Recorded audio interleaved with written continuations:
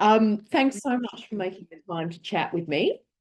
That's Um, okay, no problem. I've just been doing a quick little Google on you and all the exciting things you've been a part of. Mm. I'd love to kick off with you explaining to me how on earth you ended up in this line of business. It's a very long story, but in 1988, I was living in Queensland, and I decided to move in 1989. Actually, it was the end of '87 and beginning of 1988. I moved to Sydney, and I had been in the Army Reserve. I'd been in the fire service. I'd been a champion fighter, a boxer. Um, and I had a lot of great skill sets underneath my belt at the age of 22. So I moved to Sydney. I landed a job as a trainee private investigator doing surveillance work at Webster's Investigations, which was the oldest and biggest private detective agency in Australia in the 1980s. And I landed a job with them. And on the, I think it was the 18th of April, 1988, I started in my new career as a private eye, and I ended up working for that company for several years. Went out on my own, became self-employed, and the rest is history. So you've got a background in private investigations, and now you're based in the Philippines. How did this happen? No, I'm just working in the Philippines. I'm You- based in Australia. We're based in New South Wales, and but we have an office in Miami, in Florida, and I sort of travel between many different places. But I do reside in Australia, but I actually am working constantly overseas on mainly on scam syndicates, financial crime investigations. So I'll give you a bit of background. I have been investigating scams here in Australia now for a couple of months. So at first, my son fell victim to a property home buyer scam. And then this opened up this world of stuff I had never really fully understood. I've seen a lot of the scam investigations, a lot of the YouTube videos, but I've got a background. I was the editor of Choice. So I sort of have a bit of a background around property, finance, consumer affairs. And I Mm. guess where my interest comes from is the complete lack, A, of police care in regard to these crimes, and the complete lack of regard the banks have around any protections for their customers. Mm. And, while I know I get, the crimes and investigations are all really exciting, but there's this other side where people are losing literally millions of dollars and no Yeah, one cares. I that's right. didn't That's right. realize that it was this bad. That's exactly right. And look, the 23rd of May was D-Day for Australia, in the sense that I testified on that day in front of the Parliament, the Senate inquiry into law enforcement's response to cybercrime. So I was up in front of the Senate, being able to speak for an hour about the devastation that this crime has caused Australians. Yeah. I put a submission in to the Senate inquiry, and a second submission with recommendations to form a national cyber fraud task force. I essentially tried to help the government to understand what they need to do in order to really tackle this problem, because the AFP never had a mandate to do this. They weren't allowed to investigate this type of fraud against individuals perpetrated from offshore criminal syndicates, which is absolutely crazy, right? But that's just the way that the law has been for many years. Yeah, so I've had a chat with Dan Halpin, who you might be familiar with from Yeah, yeah. Cybertrace. Know Dan very well. Yeah. I figured you would. And he has basically told me the same things that I saw you quoted about and some of the things you've said. And I thought I'll give you a call and see what else you have to say about the matter. I guess, Mm. as I said, my angle is so it's not just the AFP, because obviously these syndicates are overseas, right? So Mm. that's we know that's a problem. Dan certainly Mm. told me that how do I describe this? So the German government and the US governments do not let this happen in the same way that the AFP perhaps does. Correct. And That's correct. certainly, Yeah. I think after May, so I think this was announced in June or July, this big press release came out about Operation Firestorm. I don't Yep. know if you're familiar with it. Very familiar. The yes, I know the investigators that launched Firestorm. I've been very closely in contact with them. So has Dan. Yeah. Um, Dan and I work on joint cases together, so that's why we know each other very well. And the AFP have sought our assistance with intelligence relating to international financial crime syndicates and scam syndicates. So we know all about Firestorm, and we know what they're doing, and they've assigned a small task force to work, and we're actually doing some great work with them. So Dan's also told me that there are um, definitely cases where the New South Wales Police won't escalate to the AFP, even when we know where the money is overseas. Do Yeah, you that's have right. the same experience? Yeah, exactly the same. What happens is that some police just won't escalate it. They just close it automatically. They won't. It depends on the detective as well. If it's a detective that's kind of highly motivated to see some sort of justice, they may push it up to the AFP and escalate it, and do some initial preliminary work on it. Say, for example, they might do the crypto tracing through the cybercrime unit, and they may get the KYC data from Binance or whatever, and they may find that all the offenders are Chinese nationals in Hong Kong. So they may then just pass that on, and they should. The proper channel is they should pass that on and escalate that up to the AFP. But unfortunately, what some of them do is they just close the case. They say that no PIIs in Australia, no offence committed in Australia, case closed. And I found there's a really common problem around, let's call it the KYC data for want of a better term. Mm, Mule accounts are rife in the Australian banking system. yep. I've interviewed BioCatch, which is the Israeli technology company using all the artificial intelligence and machine learning data based on Australian banking habits of when fraud occurs. BioCatch went on the record to say they identified over 150,000 mule accounts in the Australian banking system during 2023. I then asked banks if they could confirm that they'd closed all of those accounts. No response. No. All the banks will say, we don't have any mule accounts, but they won't confirm that they've closed those 150,000 that Mm. BioCatch have gone on the record to say exist in our banking system. Yeah, yeah. The problem with mule accounts is that mules are only mules once they're identified. So the bank has no way of flagging a mule. I could be a mule.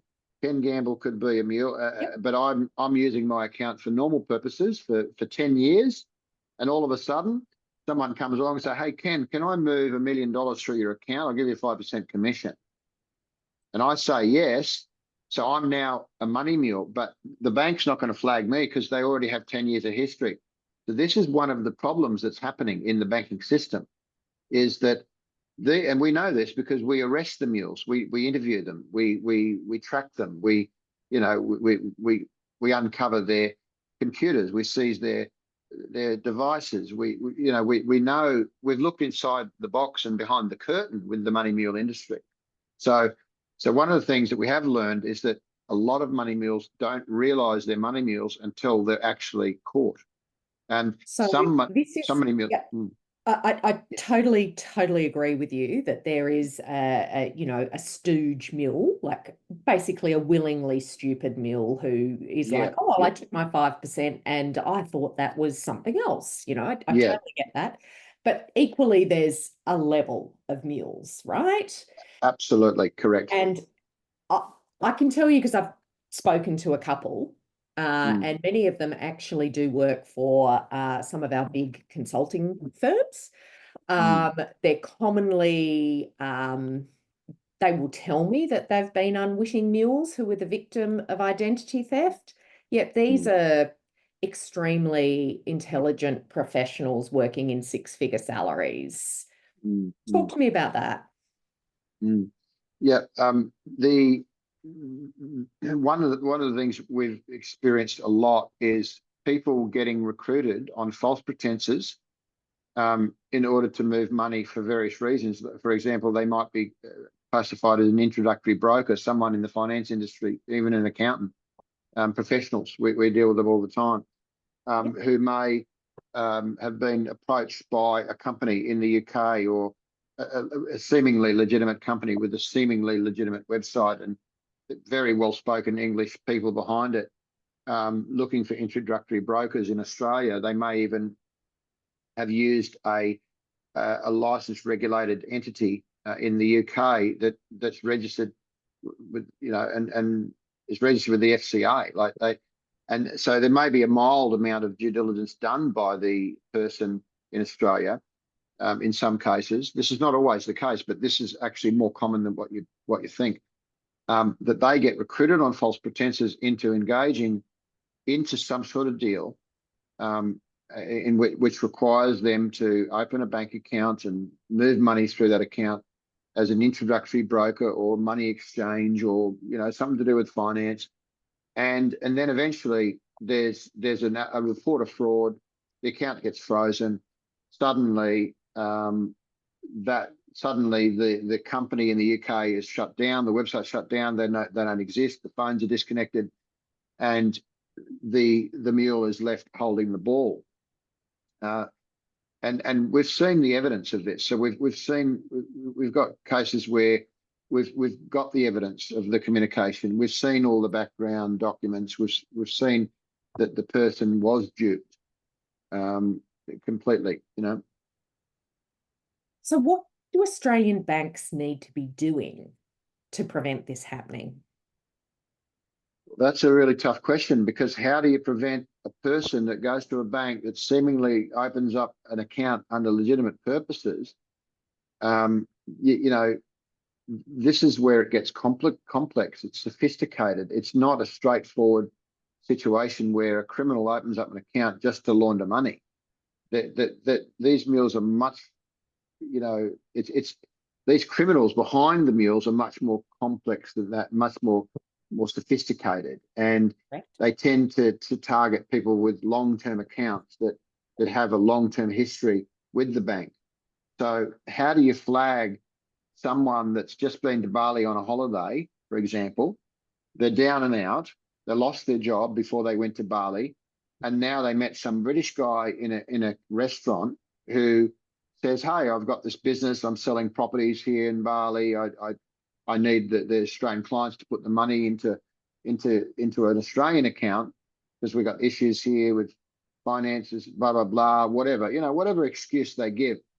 And that person comes back to Australia and starts opening up a bunch of accounts, right? Or uses his own account, for example, to start moving money. And this is a scenario that's happened recently. A whole lot of people that have been to Bali have been going home and suddenly using their accounts to launder money for a very big boiler room fraud syndicate. So that person is down and out. They've lost their job. They're disgruntled, and they kind of knowingly are moving money. But they may not know that the real reason why they're moving money, but they know they're moving money illegally. And do you think, I guess this is one of the reasons I was hoping to chat to you, is I'm trying to find, I've got plenty of victims. I've spoken to a gazillion of them. Yeah. Spoken to, you know, people like you and Dan. But I guess I'm looking for these, I'm looking to speak to more of these mules, because they're the people, like in Singapore, you don't get away with being a mule, right? No. In Singapore, you go to jail. It's pretty serious the way they treat it there. Yep. Now there is Australian banks. I've certainly spoken to victims where many of these bank accounts have actually been set up with no identity documents whatsoever, or stolen identity documents. And in some cases, I've found a victim that said the account was set up with a photocopy of an expired passport. Yeah, Um, well, same so thing, isn't it, there? there is massive evidence that just Mm. like there's a broad spectrum of mules, there's a very broad spectrum of how bank accounts are being set up in Australia. I'm sure, yeah. And it's exceedingly poor because the banks, I don't know if you're familiar with the O'Brien versus Supercheap Securities case that just went to the Supreme Court in New South Wales. No. Very interesting because NAB had a mule account set up called in the name of Supercheap Securities, because obviously many of the mule accounts are company bank accounts because they are so on and so forth. I mean, I can send you the links to Supercheap, but NAB, NAB, they were the third defendant in the case. The four victims had to sue the director of Supercheap Securities, who was just the mule, basically. He lives in a rented house that during the year that the bank account received many millions of dollars from unsuspecting Australians, the house he lived in had its mortgage paid off, owned by a local businessman who Right. or might not be linked to this syndicate. Mm-hmm. The mule is literally on the hook for paying back 1.2 million bucks to these victims. Mm-hmm. He's self-represented himself at the Supreme Court. He does not have $1 million, right? Yep. Yep. The bank is not on the hook at all because they got themselves struck out and they're not on the hook for any of the setting up of the bank account, allowing company directors who aren't connected to the company to transact on the bank account, so on and so forth. I believe this is actually relatively common. It's not as rare as people think. Mm-hmm. What can Australian authorities, I guess, be doing, given that you know how international these crimes are? You've seen it at the Mm. coalface. What do banks and regulators here in Australia need to be doing to stop it? Well, they they they are doing a lot. To be honest, they are doing a lot of what they think they're doing the right thing. They're getting the customers to tick boxes and tick, but when people get caught up in a scam and they think they're making a lot of money, they actually even start lying to the bank. They No, actually, so I you know, agree with you. And that's so why these home buyer frauds are actually particularly interesting because they're not in a trading scam, right? They're not trying mm, to set up a term deposit because they've got a lot of mm, money. These are home buyers who are very young, mm, mm, inexperienced, mm, literally trying to mm, complete a property transaction. yeah, Very, very different kettle of fish. Very mm, commonly, it's an SMS or an email compromise fraud where they're misdirecting funds. yeah, And the banks, I've got a victim who was literally due to only have a $70,000 mortgage. He was very confused. He got this email saying he needed to pay CommBank, went into a branch, said, I don't understand why I've got this email. And they just said, oh, we can't check it for you. We don't really know. We can't give you mm, any advice. mm. So he rang his lawyer, believed it was correct, paid $282,000.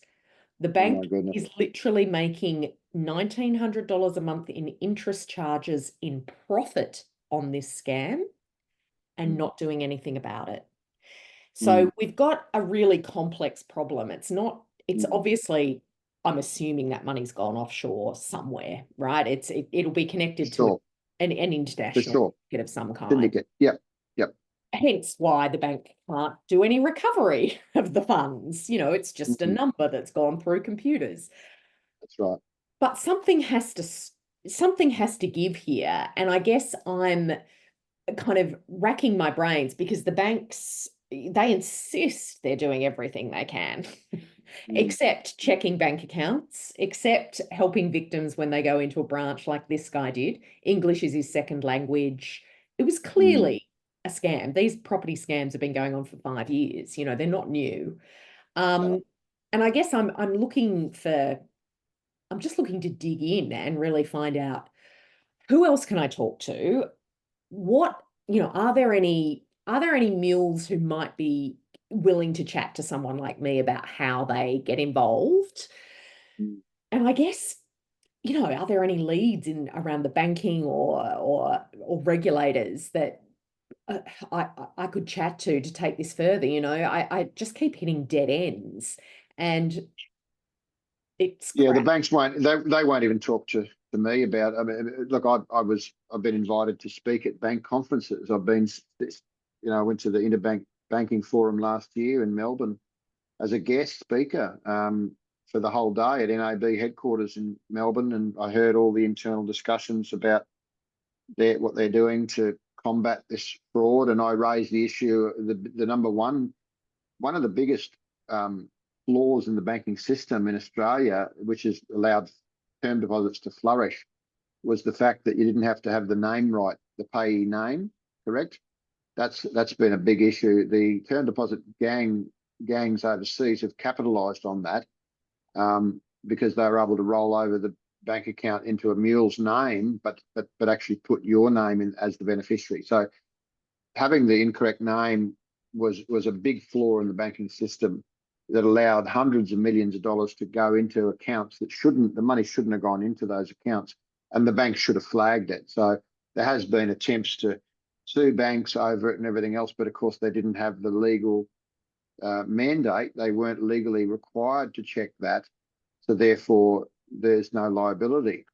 So that's been one of the problems. And now that the banks are implementing a new system where they have implemented a system now where if you've got the wrong name in, it comes up and flags it. It says you're putting money into an account in a different name. The beneficiary doesn't match. So that's a red flag. Contact the bank. No. Yeah, but they don't. So I'm well aware of this because I've spoken to Mm. victims, and because they believe they're checking into their own name. They're like, well, I've Mm. checked this. This is my bank account.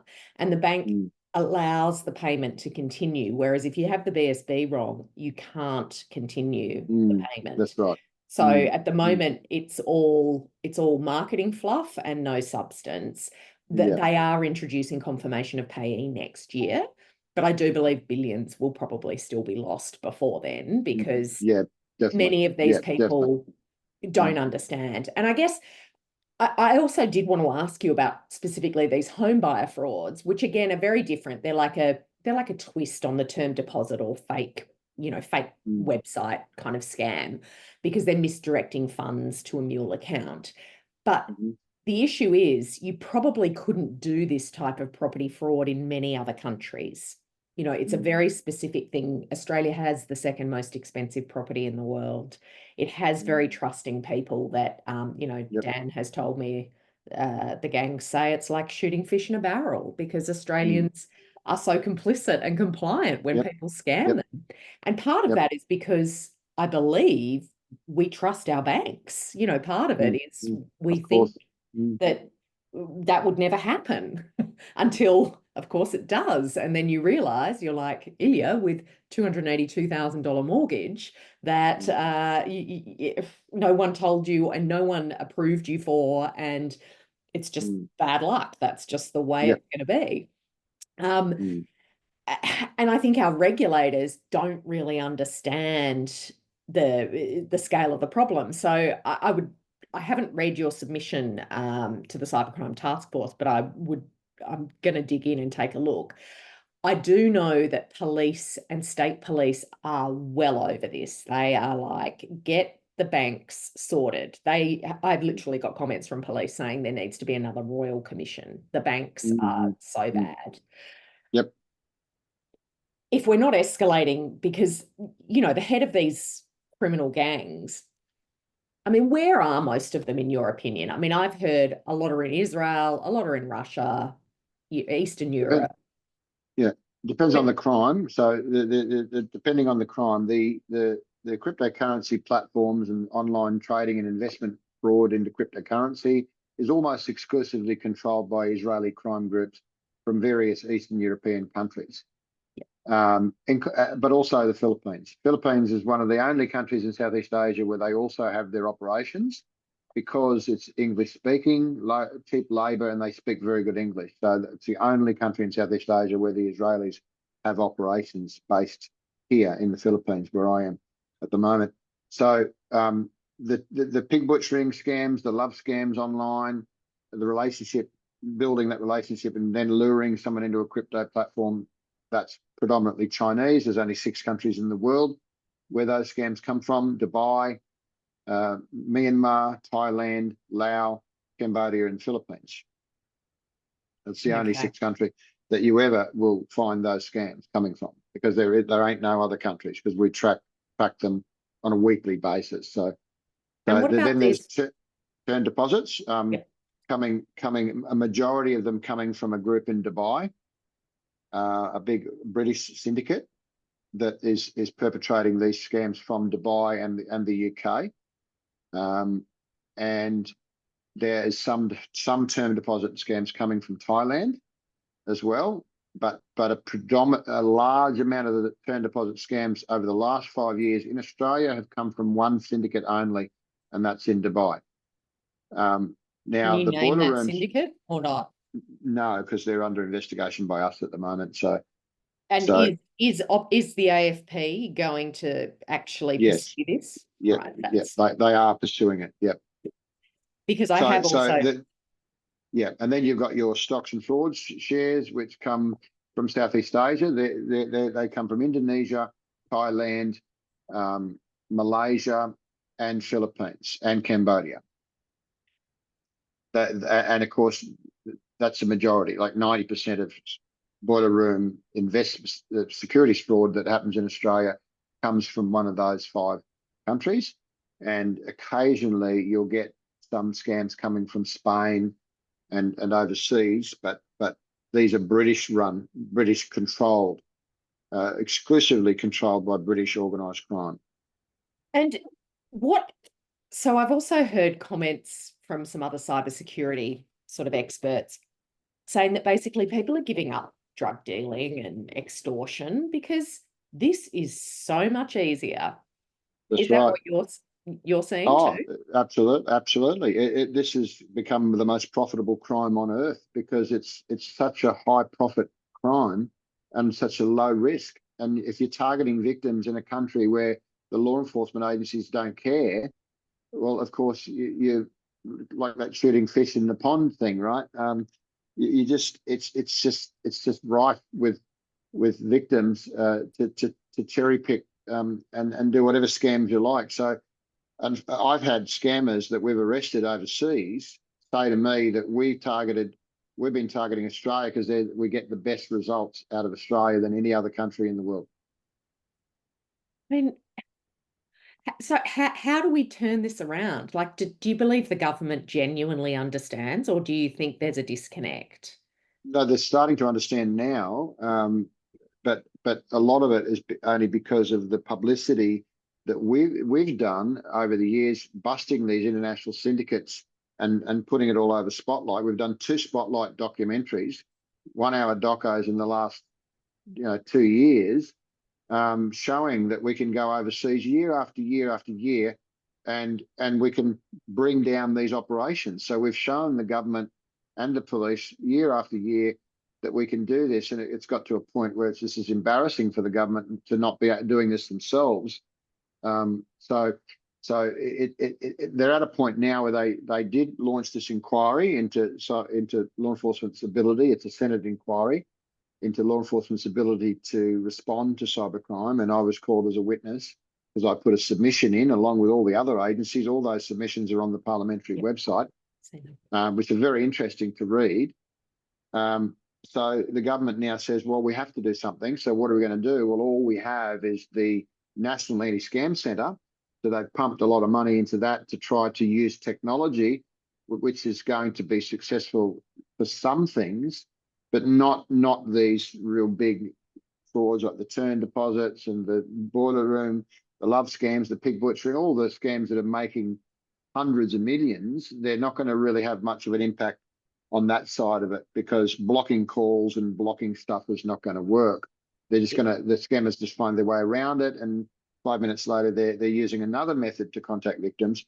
So I look, it's good that they've got the Anti-Scam Centre. I couldn't say that it's a bad thing, but it's completely ineffective com compared to what is really needed.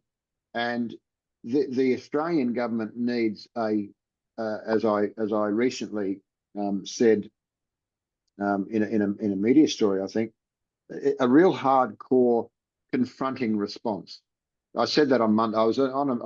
It was published on Monday night in the Saw it, the ABC ABC story story. by Nadia Daly story. So it needs a hardcore confronting response. Now, confronting response means you go over to their country and kick their doors in with a SWAT team and put guns to their head and arrest these people, throw them in handcuffs, put them in jail. That's what a confronting response is. That's what the AFP are constantly publicising when they take down drug syndicates, right? They want the criminals to know we're coming with force. But in the scam business, it's been the opposite for years. We want you to know that we're not going to come after you. This is the message they've been sending. So there's this complete disconnect between what the government perceives as organised crime, organised financial crime, was never ever put in the basket of organised crime.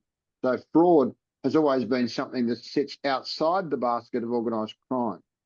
And this has now changed. The whole world has changed because of this. You know, And you would argue cybercrime is actually a greater threat than just a financial crime, given the state of the world, the state of technology, the state of bad state actors around the world. Cybercrime is particularly pernicious as a threat to society, not just people's bank accounts, but for example, I'm thinking here, if we've got over 150,000 mule accounts that have been identified, how many aren't identified, for example? How many I'm totally making this up, right? But we already know that bad state actors could potentially take out our electricity grid. They could then have mule accounts transferring money back to bad state actors, because no one can get any funds out of the ATM anyway. Less than 1% of the Australian economy is operating on cash now. So everything is just literally a digital line on a account statement. It's not real money. Right. Yeah, and that's the problem. Is it's the reason that cybercrime's exploded across the world and become now a national security threat in a lot of countries. Is because of our heavy reliance upon cyber to do our daily business. It's our heavy reliance on technology that has drawn us into this web of being completely reliant on the internet to do everything on a daily basis, right? Very few of us go one day without connecting to the internet and doing something online, right? So it's become a lot easier for criminal organizations, criminal corporations that are running scams. It's a lot easier now to target more and more people at a higher level. And now with AI, they have AI bots actually ringing you up with a well-spoken American voice to put you through the qualifying questions. Now, some people wake up and hang up, but 90% of people don't. They still don't understand it, and there's this gap, this generational gap that's happening. When I started as a private investigator, there was no such thing as technology. There was no mobile phones, no internet. There was nothing. So I've moved from the old to the new to where we are now in a 35-year space. It's the most dramatic technological change in the history of the world. And that's why the crime has snowballed like a snowball falling down a mountain and getting bigger and bigger and bigger, because nobody has been stepping in to stop it, and that's the problem. So when there's nobody to stop it, it's going to keep growing. And the pandemic created the perfect battlefield in the world for the pig butchering scammers. The Chinese syndicates started bringing in thousands of people into Myanmar, building compounds, 30,000 workers in Myanmar altogether running these scams because at an industrial scale, because now everyone's at home, everyone's, COVID bound, it's the perfect time to now get into people's minds and get into their bank accounts, right? So that's what's happened. It's just generated an enormous amount of organised crime, and these crime groups have been massively enriched now by the proceeds of their crimes, and that's now spilling over into terrorism and terrorism funding and other serious crimes that are going to affect our economy. And this is the other issue in Australia. You know, you might not be fully aware, but obviously we know money laundering and counterterrorism financing laws do exist in Australia, and it is a crime. However, for these scam victims, many of whom are losing hundreds of thousands of dollars, they have no ability to find out where their money went. So the banks won't tell them which country the money went to. AUSTRAC just tell them, nope, we don't need to tell you. But from a justice perspective, these people have been left penniless, absolutely betrayed by law enforcement, absolutely betrayed by their bank, and no one will give them any justice or restitution. Where do you think, you know, paint the picture for me of the types of terrorism and crime that these organized crime groups are perpetrating around the world? You know, we don't have to go into specifics, but someone losing 200K, you know, today, which is very likely to happen. Yeah. So we just had a scam in Australia several months ago. It was an AI trading bot investment scam. It hit thousands of targets, thousands of people. People signed up. It raised at least probably $5 million in a very short period of time just by people signing up on it. We traced that. Some of the victims put money into an Australian bank account, in a company account that had been set up by a Lebanese politician whose father was a very heavy supporter and sympathizer of Hamas and Hezbollah. Now, this is a direct connection to potential terrorist, supporters who have a bank account which is receiving money in a big scam. Now, one would ask, how the hell could this Lebanese person be involved in moving money for a big crime syndicate who are making millions of dollars a day, raising money for what purpose, right? And apparently this Lebanese politician is supposed to be an innocent party, because I've interviewed him and I have a recorded interview with him, and he's now told me that his friend, a childhood friend, is the one that asked to use his account. And the childhood friend happens to run a big cryptocurrency exchange registered in Estonia and Lithuania, right? So the money has gone back to organised crime and potentially to terrorism. It's extremely common. So I've interviewed one victim who, she had her money, it was a term deposit scam in Melbourne. Very sad story. Her husband had died and she was investing his life insurance money. Got scammed doing $100,000 transfers, but she was on a current affair, so had access to names she might not have had access to if she was not on a current affair. And she found that her money had gone into a crypto platform called, I think it was called Elbait. She literally spoke to the guy. So it went into a payment platform called Maneuver, and then it went into crypto called Elbait. She literally spoke to this guy, Morty, who ran the Elbait crypto wallet or whatever it was. And he gave her all the money back. Every red cent got released back to her because she was able to ring him up and ask him about it. And I mean, again, it's a bit like the mule. Was Morty complicit? Or was Morty just a really generous guy who happened to give her the money back? Yeah, well, that issue that you said before, that you hit the nail on the head with what you said about the banks not giving us information. This is one of the greatest hurdles and the greatest injustices in Australia, is the fact that the banks won't cooperate with people like me who are in the business of tracking criminals.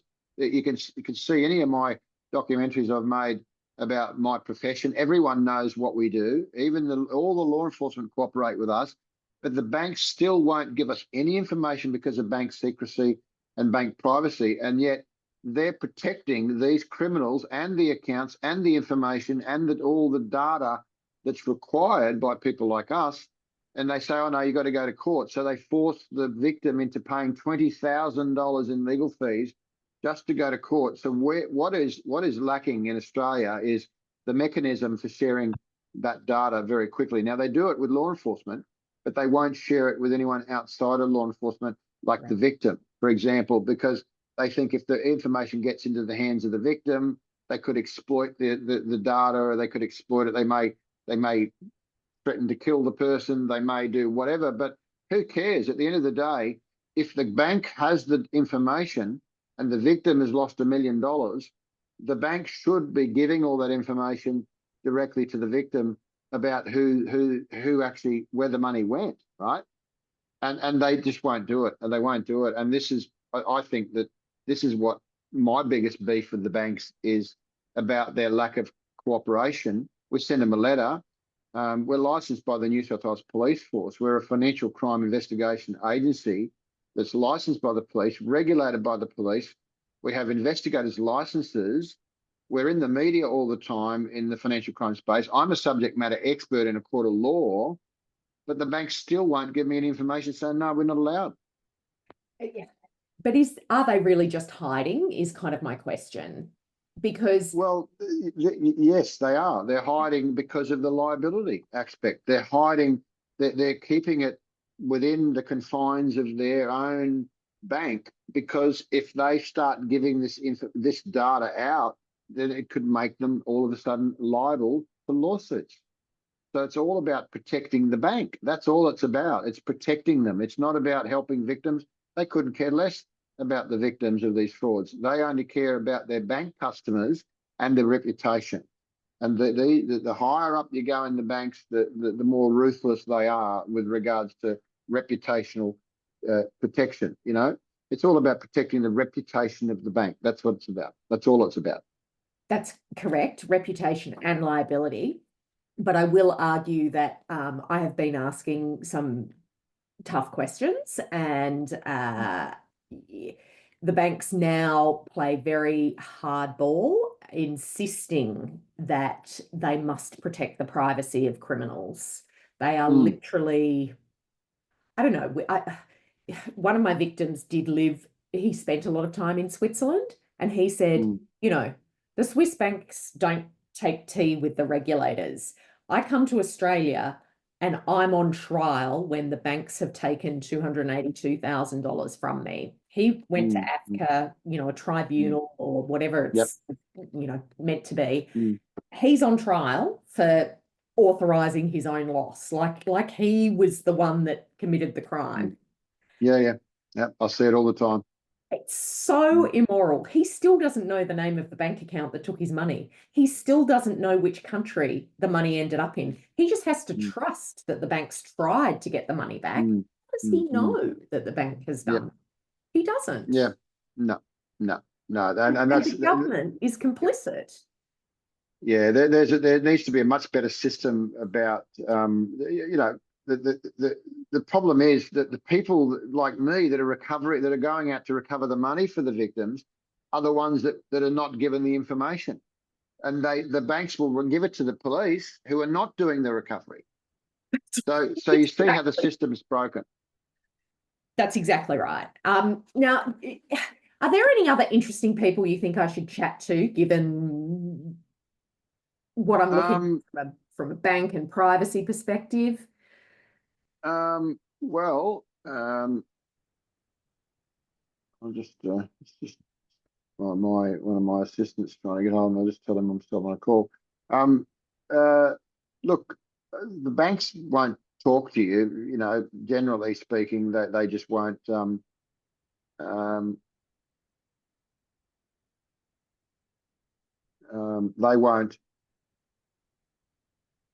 They won't generally give you anything. An ex-banker employee could be good to speak to. I just don't know anyone that I can think of that might have been in the bank. I'd have to think about that. But But Have a I mean, think. we deal mainly with victims. I do deal with the bank fraud departments, but of course, they're not going to talk to you. No. I deal with all. We have some relationships within the bank fraud departments. Investigators we know there that have been to my conferences, and we've got some relationships going there. We deal with the police a lot, of course. We're working with the AFP, and we have a lot of friendly New South Wales police as well that actually are doing everything they can to help the victims. And that's one thing I'll say that's changed dramatically is previously, and New South Wales police, you still get them that say, no, we're not going to do anything. But there has been a bit of a 360-degree turn with some police in the New South Wales police. We've seen recently I had a police officer in a far western station from right out in the bush write to me about a case that was connected to one of my cases, and he was extremely helpful with providing information about his own investigation because it crossed over with mine, and he actually, I was able to give him some really great information about his victim, about his victim's perpetrators. I knew who's behind the fraud overseas. Actually gave him the names of the people. So I can tell you exactly who perpetrated this fraud from Thailand. I know the name of the British guy that's behind it. I can tell you the name. And I gave him the name. And I said, we know who's behind it. We know we're just in the process of doing all that. And he's in the bush, you said. Yeah, he was out in the far west, typical in a country town. The detectives are more, they're more willing to help. So we are seeing a certain level of very good cooperation from police compared to previously, compared to like a couple of years ago. It's really only in the last couple of years, sort of post-COVID, since that we've seen this bit of a turnaround with police, and I think they're under a bit of pressure as well. I've certainly noticed myself the communication with police has improved dramatically than it did previously, where it's like, oh no, we're not interested, can't help, sorry, nothing we can do, can't give you any information. Whereas now they're actually jumping on, they're doing stuff, they're assisting us, they're contacting exchanges. We are actually sharing information from time to time as well. There's a long way to go, but there is a level of cooperation now that we haven't seen before. So I just got a police media response to my 282,000 home buyer fraud today, and I wondered if you've heard of Strikeforce Downstream. Downstream. It's New South Wales Cybercrime Squad.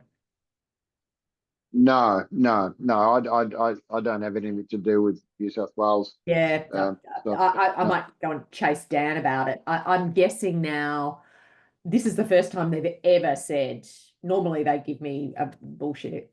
This is the first time they've told me that they're responding with a strike force, which sort of says, oh, okay, they're shifting their attitude. So exactly what you just said, like, I think the pressure is coming. It's just, we're not there yet. Well, yeah. Look, I really appreciate your time. I absolutely thank you for talking to me. I no may worries. email you some fact-checking questions as I go. I'm trying to compile sort of a podcast and do a little bit more digging around this. Again, mostly from the consumer protection angle. So, I think, the spotlights and the 60 Minutes have all the raids and the scamming stuff kind of covered. But what I can do is a little bit different here on my own. Good. So, yeah, I really appreciate your time. It's just been so illuminating for me. So let's stay in touch, and I'll see you in your inbox. Thank you, Alex. Thank you. No, reach out anytime. No problem. I will. Don't you fear. I'm quite annoying. Dan will tell you that. Okay, great. Have a great day. See ya. Thank you. You too. Bye-bye.